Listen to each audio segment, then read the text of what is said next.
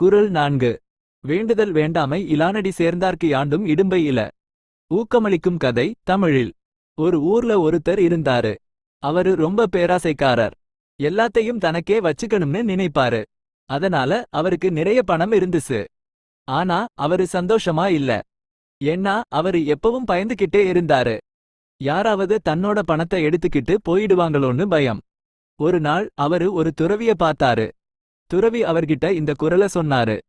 வேண்டுதல் வேண்டாமை இலானடி சேர்ந்தார்க்கு யாண்டும் இடும்பை இல. இந்த குறளுக்கு அர்த்தம் என்னன்னா, விருப்பு வெறுப்பு இல்லாத கடவுளின் திருவடிகளை பணிந்து நடப்பவர்களுக்கு எந்த துன்பமும் இல்லை.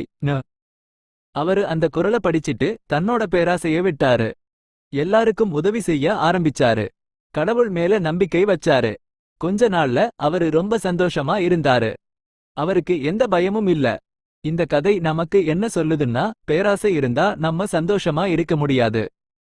கடவுள் மேல நம்பிக்கை வச்சு எல்லாருக்கும் உதவி செஞ்சா நாமளும் சந்தோஷமா இருக்கலாம். ஊக்கமளிக்கும் கதை ஆங்கிலத்தில். Once upon a time, there lived a man in a village. He was very greedy. He wanted to keep everything for himself. So, he had a lot of money. But, he was not happy. Because, he was always afraid. He was afraid that someone would take his money away. One day, he met a sage. The sage told him this couplet. Those who are attached to the feet of him who neither desires nor dislikes shall have no sorrow at any time. The meaning of this couplet is, those who follow the feet of God, who has no likes or dislikes, will have no sorrow. He read the couplet and gave up his greed. He started helping everyone. He believed in God. After a while, he was very happy. He had no fear.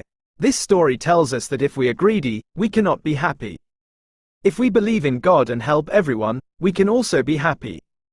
இந்த கதை நமக்கு என்ன சொல்லுதுன்னா, கடவுள் மேல நம்பிக்கை வச்சா எந்த கஷ்டத்தையும் நம்மளால தாண்ட முடியும். திருக்குறள்ல உள்ள ஒவ்வொரு குறளும் ஒரு ஊக்கமளிக்கும் செய்தி. அத நம்ம வாழ்க்கையில பின்பற்றி வெற்றி பெறலாம்.